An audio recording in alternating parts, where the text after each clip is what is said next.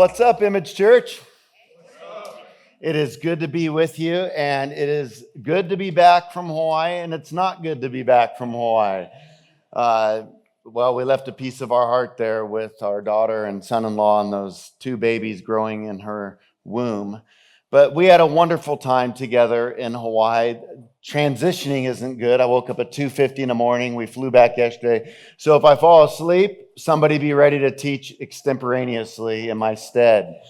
But not only did we have a wedding of seeing our son and his beautiful bride, Brooke, get married, but we also had a baptism of seeing Madeline and Eric and our son-in-law get baptized. That was super cool. And you know, great things happen at Starbucks, right? I mean, Madeline was an atheist at Starbucks, and we started connecting and building a relationship, and she got her head screwed on straight and placed her faith in Jesus. So now she's been saved by the gospel of God's grace and even baptized, and what a wonderful day that was. Well, I'm excited to be with you guys. We've all seen the "life is short" kind of quotes, and they go something like this, right? Life is short, party hard, or life is short, make a bunch of money and spend it, or life is short, live for yourself, or life is short, and it is therefore meaningless. And maybe that's the way you feel. The duration of life, this little splinter of time that each of us has been given, you recognize that the hourglass is emptying fast, and it feels as if life is meaningless. But here's one thing that I can guarantee about you, is that you want your life to count. But if you don't believe that life has meaning, then it won't make any sense to make your life matter. And if you don't think life matters, you will make decisions in life that will work against a meaning-based life, a purpose-based existence.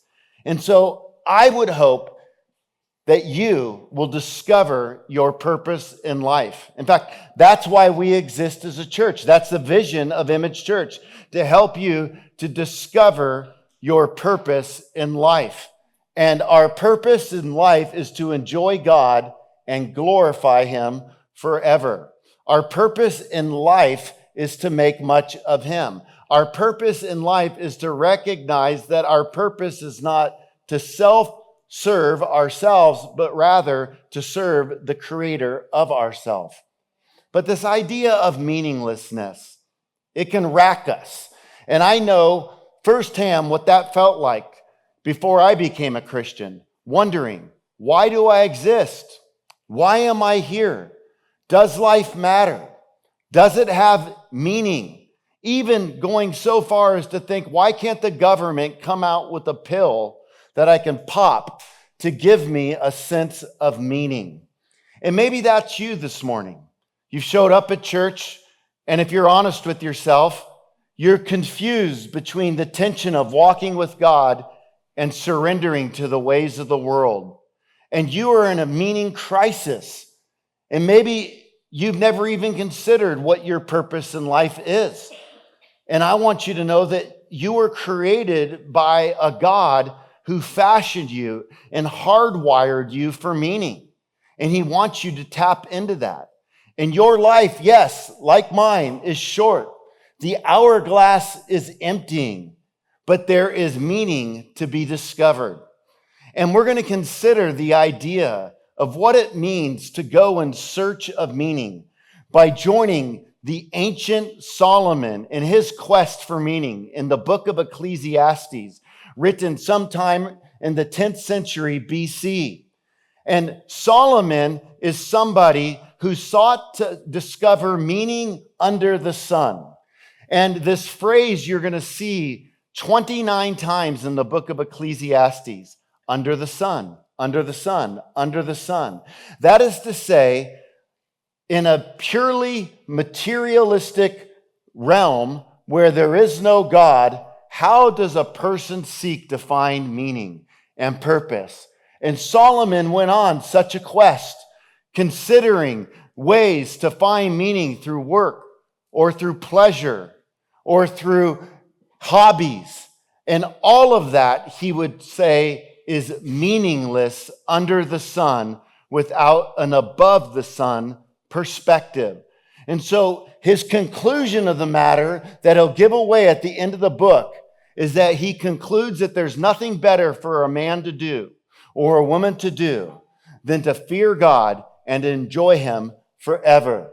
You see, life without God is random. Life without God is meaningless. Life without God offers us no purpose. And if there is no meaning, if there is no purpose, if life merely is random, then what we can do is, like Fyodor Dostoevsky talks about in My Brothers Karamazov, well, what we can do then is we can just basically realize if God doesn't exist, everything is permissible. There is no absolute morality. There is no ultimate purpose. And like Albert Camus and Jean-Paul Sartre, the existentialists of old, we might as well just take an existential leap of faith and try to carve out our own meaning, because all we can do is live for ourselves and those closest to us until we die.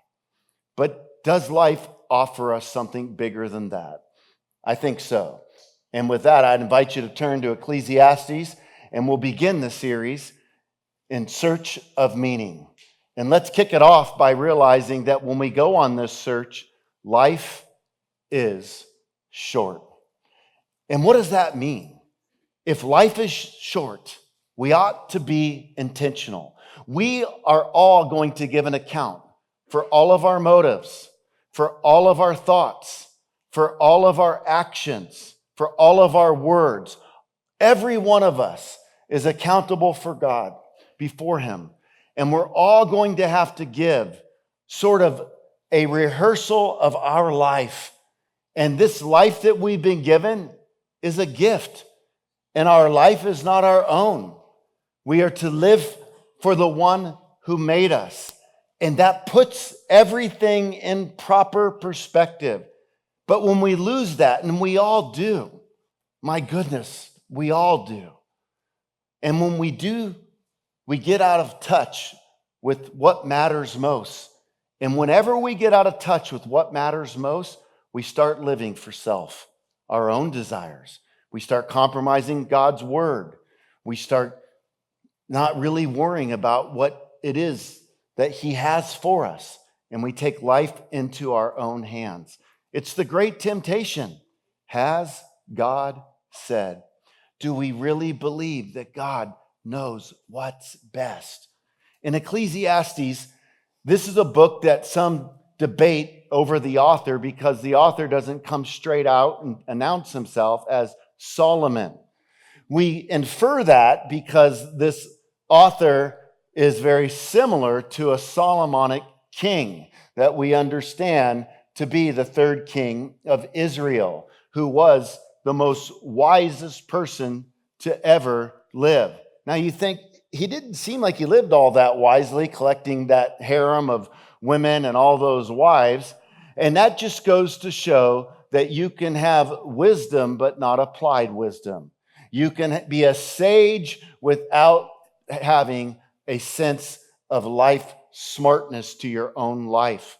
There's many wise people that you can go to for wisdom, but they don't follow their own creeds. In fact, there have been many times in my own life where I could wisely say, this is what ought to be done and this is what ought not to be done, and I know the wise maxim and I ignore it. It's something we're all capable of, and Solomon was definitely showcasing it in his life. And he starts off as a king, living, sold out. He's got a heart like his father after God, but many women led his heart astray. And his story is a sad tale of one whose heart drifted away from God. His life is something that we should all remember, that we don't want to fall into that, and we're all capable of it.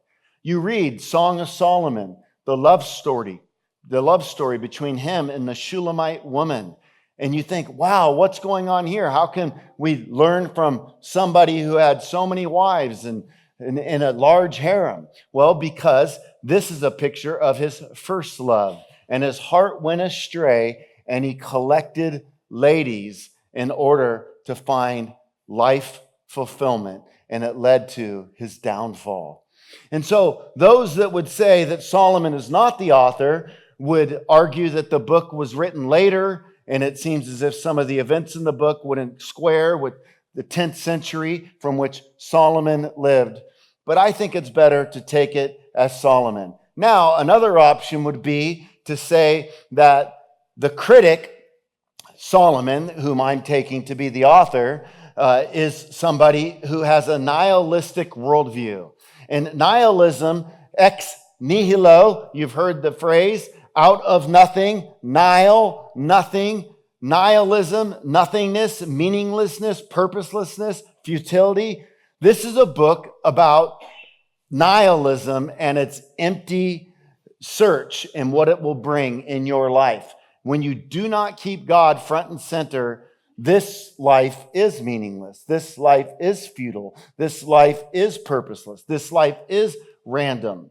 But if you were to take the critic as the person in the story, and then there's an author writing about the critic, that's another approach where some would say, let's just take this critic, the teacher in the book Ecclesiastes, and let's just look at this critic who's a nihilist, but then author would be the believer in God writing about the critic. And some have taken that approach where you have two authors, so to speak, where you have the storyline of the one who is the teacher, the nihilistic teacher, and the author that writes about the individual. But let's just say we'll take Solomon, and then you can come up with another author if you feel like that best squares with the evidence at hand. But I personally feel comfortable seeing this as Solomon because of the wisdom. In fact, we even learn about his wisdom in this book. He says in verse 16 of chapter 1, I have acquired great wisdom, surpassing all who were over Jerusalem before me. Who does that sound like? King Solomon, when asking for whatever it is he wants. When God says, ask of me, he asked for wisdom. And then God gave him all other things as well, like fame and wealth. But picking up in this passage, what can we learn as we consider chapter 1 today? Well, life is short, therefore we should embrace the moment that we have been given. That's the first point I want to draw out. Verse 1, the words of the preacher, the son of David, king in Jerusalem. Now, the word preacher in the Hebrew is koheleth, and that is the Hebrew term. And the Greek term, which would be translated into the Septuagint, would be Ecclesiastes, right? And so Ecclesiastes or the koheleth. And what is the preacher, the koheleth, or what is Ecclesiastes all about? Well, some would say it refers to an assembly and one who assembles people together, maybe to teach. Others would say it refers to a collector of wise sayings. So either way, it would fit. Now, the word preacher is not a name, but a title. So koheleth or Ecclesiastes or preacher is a title. And these are the words of the koheleth. These are the words of the preacher, the son of David, king in Jerusalem. Vanity of vanities, says the preacher. Vanity of vanities, all is vanity. Now, the word vanity is used 5 times in verse 2, 29 other times in the rest of the book, for a grand total of 29 plus 5 equals, very good, 34. Even on a flight as long as yesterday, I can still do the math, right? And so, vanity, what does vanity mean? This is not referring to Vanity Fair magazine or being vain, so to speak. It's a word that means brevity. It's a word that means short. It's a word that would mean meaninglessness, or like breath, or a vapor, or a mist. Like if I took a spray bottle and sprayed it and the mist came out, you would see the mist and it would be brief. It would vanish away like a vapor. And that is life, according to the Koheleth, according to the preacher, according to Solomon. It's brief and without God, meaningless. And so when we think about this life, it should make us want to carpe diem, seize the day, seize the moment, make life count, juice it for all it's worth, milk it for everything that it's got, make the most of it. We have one life, make it count, because right now counts forever. And therefore, when we consider that life is brief and life is short and life is a vapor, we need to realize that if God doesn't exist, then the way we live our life will look a lot different.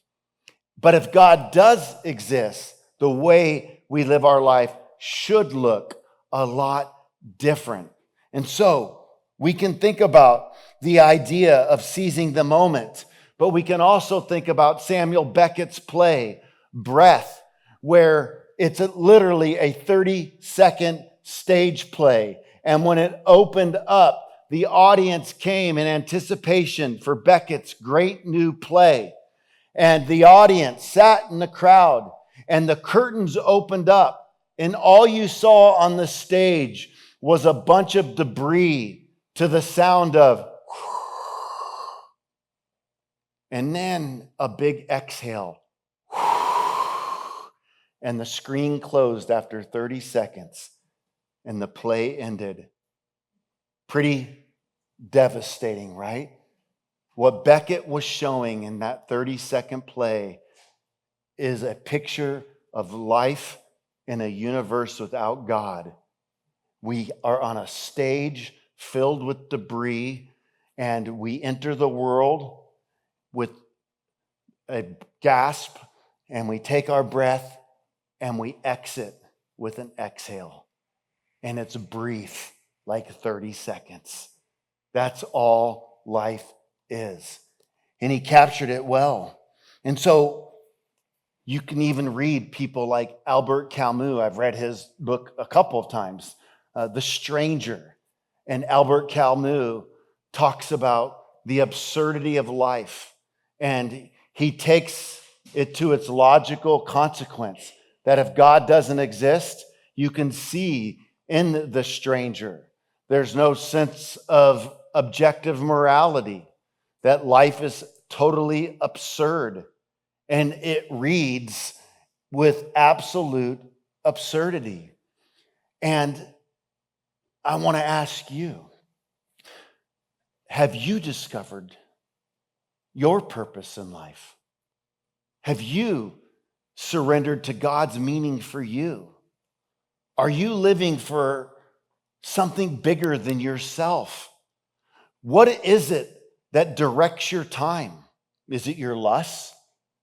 Is it your ego? Is it a quest for power? What kind of web are you stringing together with your life? Is it one where you're caught by God, captured for Him, living for Him, or another where you're living venomously, antagonistically, and you're driving your own ship at your own speed, absent of purpose? We want to embrace the moment we've been given. Look at verse 4. A generation goes and a generation comes, but the earth remains forever. And he's making observations. People are born and people die. In other words, life is short. And if life is short, we need to embrace the moment that we've been given. And how do we do that? We attempt to be present in the moments that we have. And being present is difficult to do. And enjoying the moment is often harder. I think about my wife. One of the things about my wife is she is where she is. Now you might say, well, aren't we all where we are? And I'd say yes and no. My wife has a way of being present, of loving her moments, of celebrating her moments, of making the most out of the simple things of life. That's more difficult for me. For me, it's always about the next moment and missing the moment.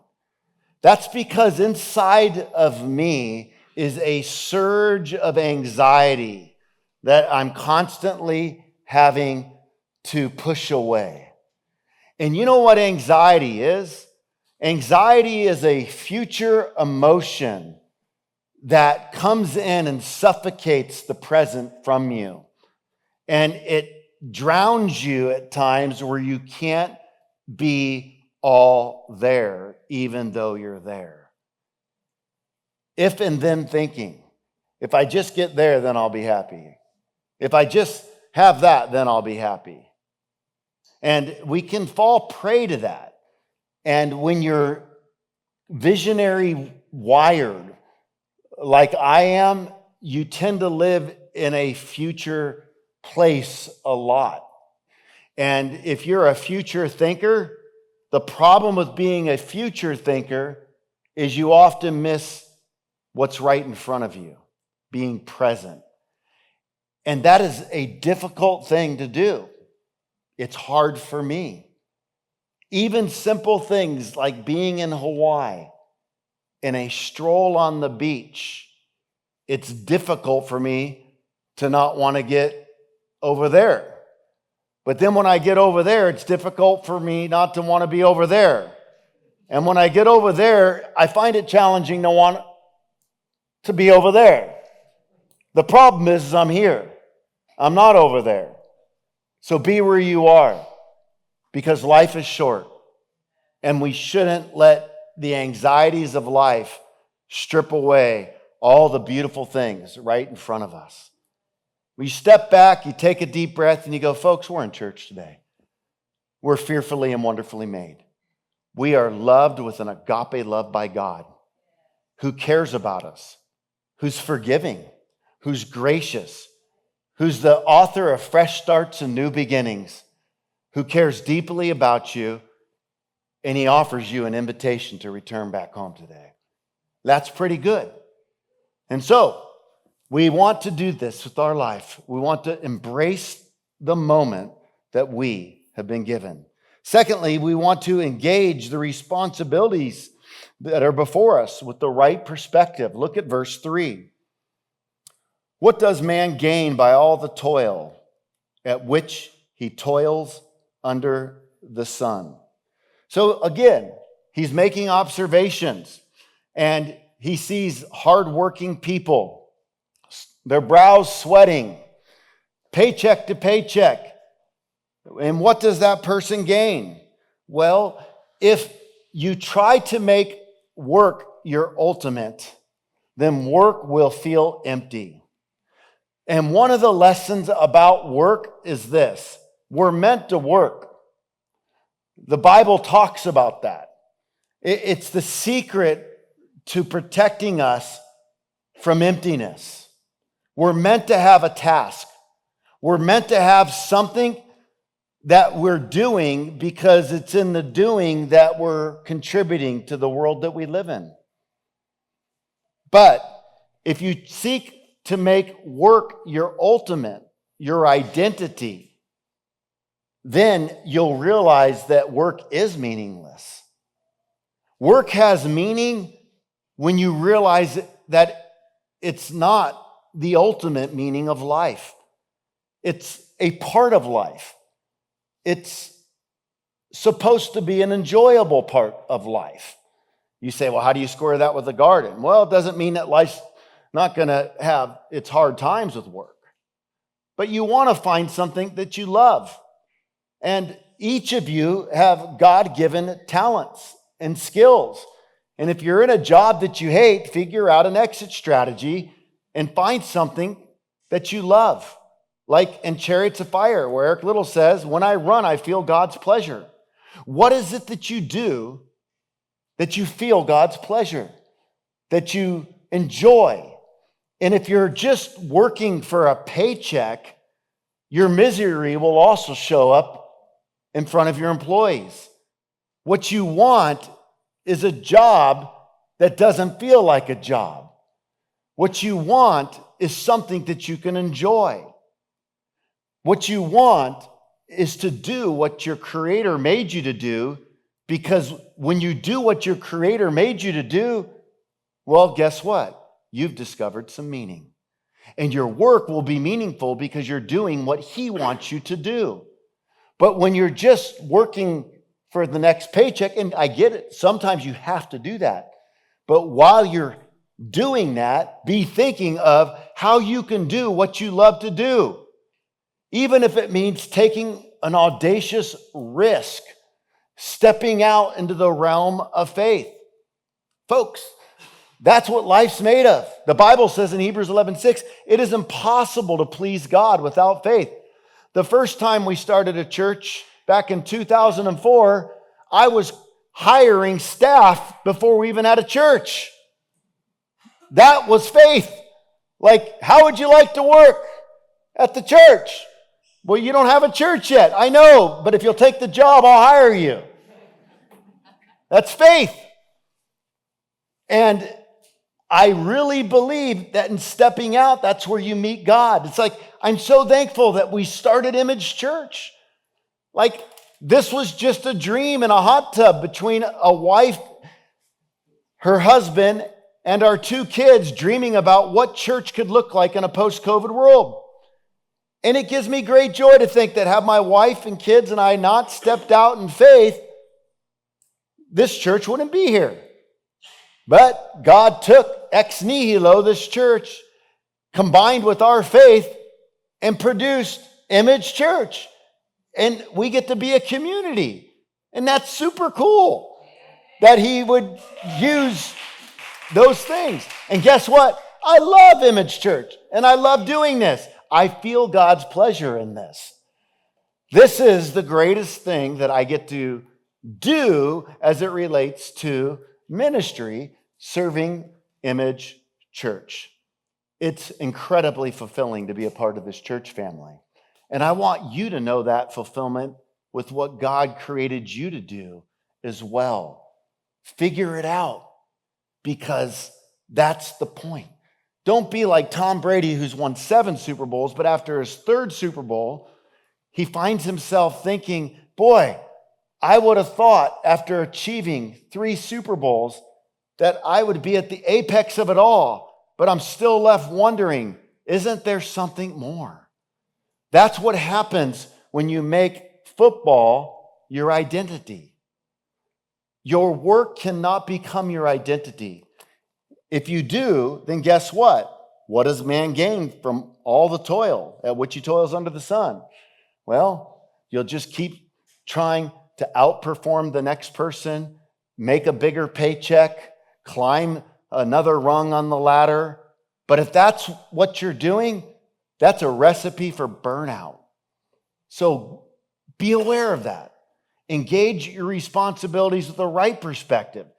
That God has given us a task, and we are to discover what that task is. And if we don't know what that task is, then we should lean into Him. If you seek me, you shall find me when you seek me with your whole heart. Sometimes we throw a prayer up to God, and we want to know what our purpose in life is.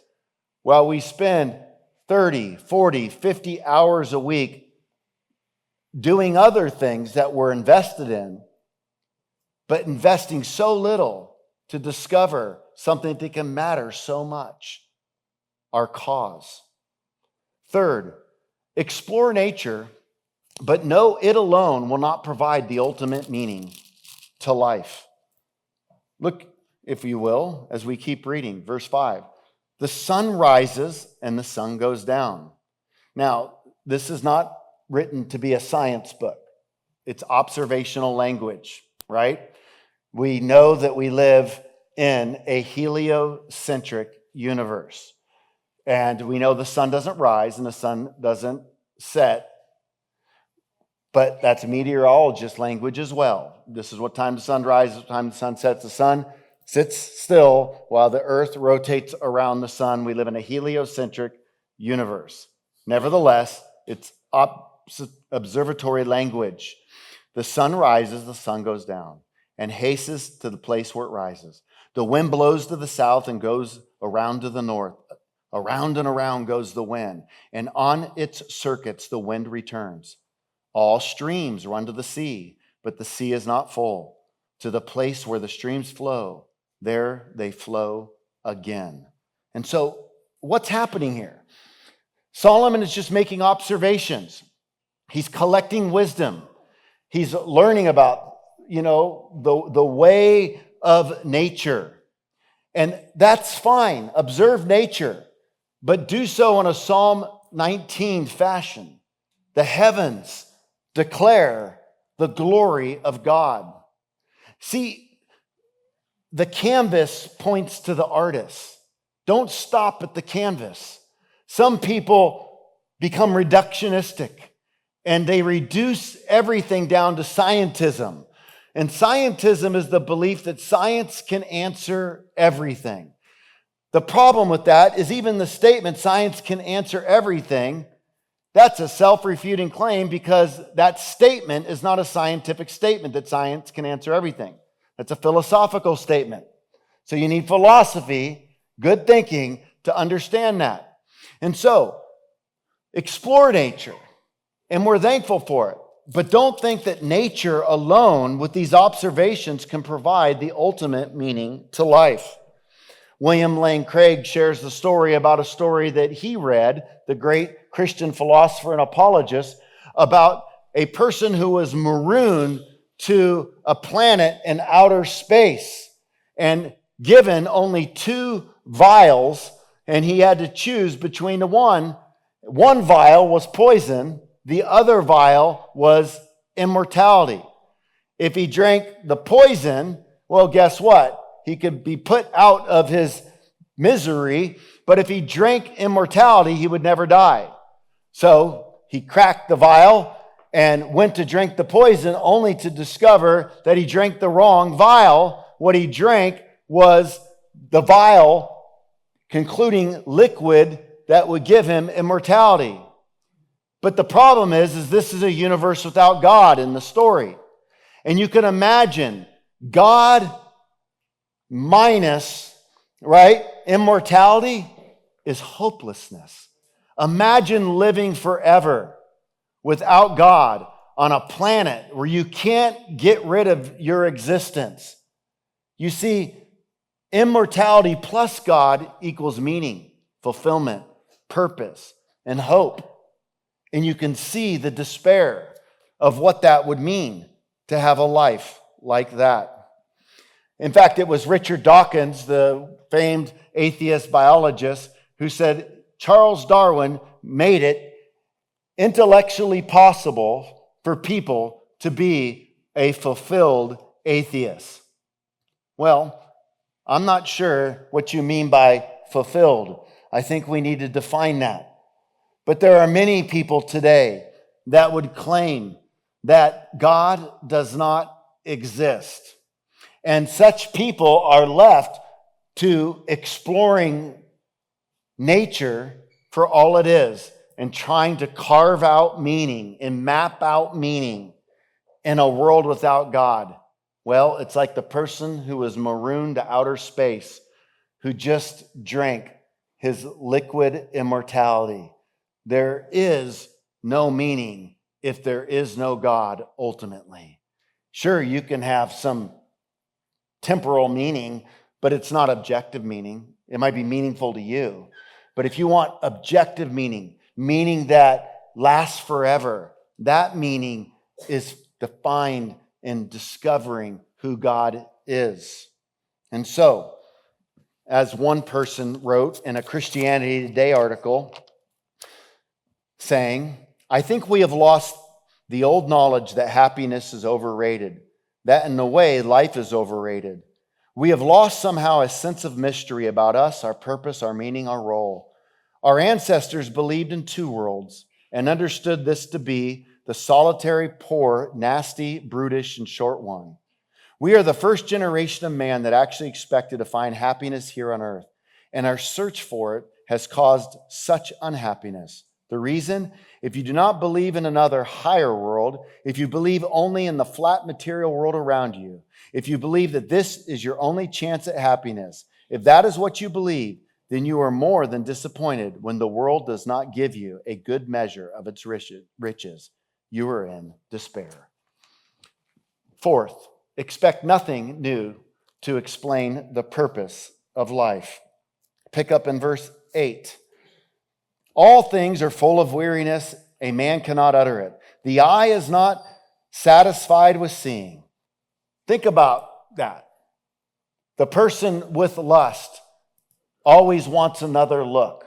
The drug addict always wants another hit. The eye is never satisfied, nor the ear filled with hearing. The gossip always wanting the next morsel to chew on. What has been is what will be, and what has been done is what will be done. And there is nothing new under the sun. Now, that doesn't mean that there's not new exploration that can take place, like going to outer space, or new inventions like the iPhone. It just means that there's nothing new in that the ultimate way. Exploration isn't new. Invention isn't new. The core of what's behind, discovering, outer space and further search through SETI or whatever it might be, is that you are exploring. The core behind the microphone being invented is that, it was invented. Invention, exploration, that's nothing new under the sun. And so, is there a thing of which it is said, see, this is new? It has already been in the ages before us. There is no remembrance of former things. And some versions put people. There is no remembrance of former people, nor will there be any remembrance of later people or later things yet to be among those who come after. Right? We're born, we live, we breathe, we die. I, the preacher, have been king over Israel and Jerusalem, and I applied my heart to seek and to search out by wisdom all that is done under heaven. See, that's his quest. He lets us know his purpose in the book. And his purpose is, hey, let's just say God doesn't exist. What can we discover about meaning in life? Well, hey, it is an unhappy business that God has given to the children of man to be busy with. I have seen everything that is done under the sun, and behold, all is vanity and a striving after the wind. So, if you're going to live in this world that God created as a functional atheist, well, guess what? It's an unhappy business. What is crooked, verse 15, cannot be made straight, and what is lacking cannot be counted.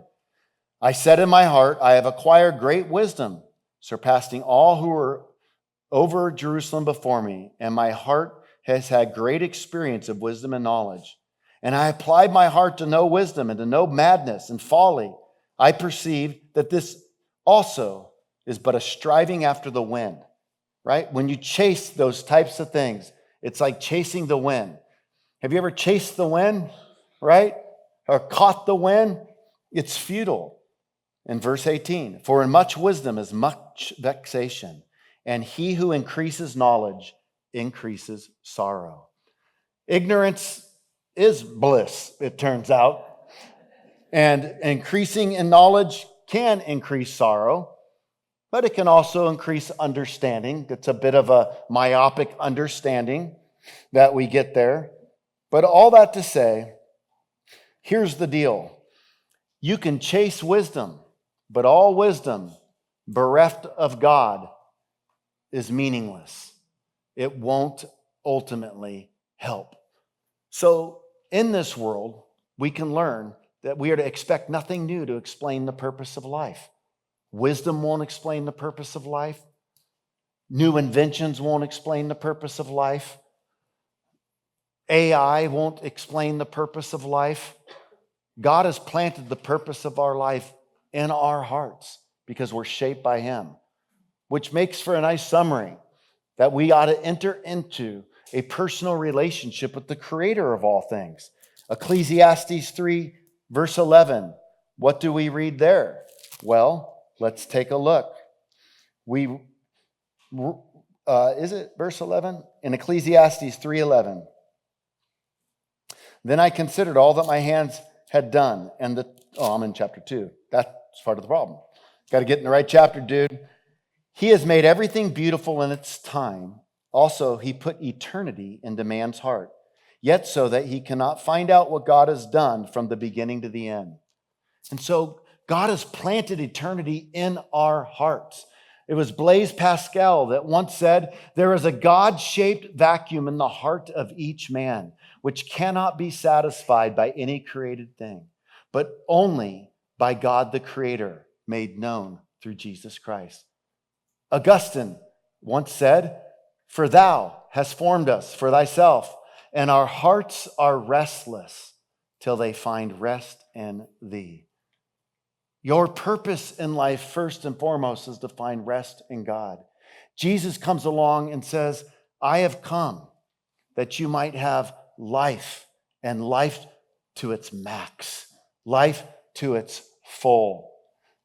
He comes to give us rest in Him. What is it that you're chasing? If we're not chasing God, guess what? We're chasing the wind.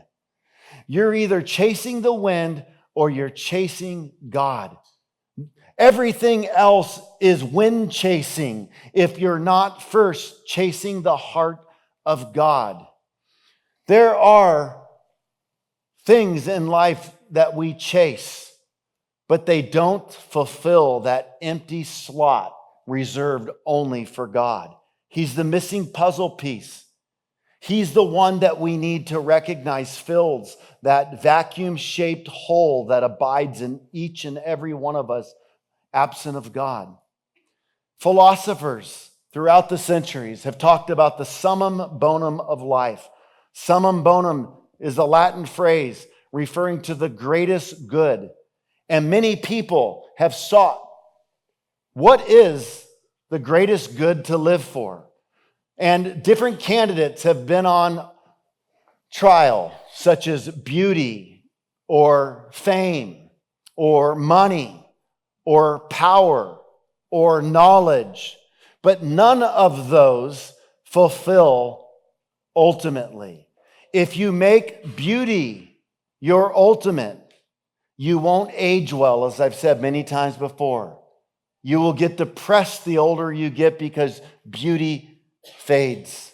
If you make money your ultimate in life, your summum bonum, you can lose that money in a lawsuit, and if that's where you found your ultimate, you will be empty. If you make power your ultimate quest in life, you will run people over, abuse people to get to the top. If you make something in life like fame your ultimate quest, you can never guarantee it because you can't self-bestow fame upon yourself. It has to be bestowed by others, and you can lose it as quickly as you gained it. If you make knowledge your ultimate in life, you will always feel vexed because for every book you'll read, you'll learn that you need to read 10 more. And with the quest for knowledge, it's like a chasing of the wind. But if you make God your ultimate, and all those other things can be second things, and the right priority can offer some fulfillment, but not ultimate fulfillment. And if God is your priority, you'll manage all those other things like power and fame and money and beauty in a humble way that pleases God. Paul the apostle said, for me to live as Christ and to die as gain. Remove the word Christ, remove the word gain, and what do you have? For me to live as beauty. For me to live as power. For me to live as money. For me to live as fame. Well, that's all in the loss category. But for me to live as Christ, that's gain. And that's what we're going to learn at the end of this book. That nihilistic living is empty. It's a chasing after the wind. It's meaningless.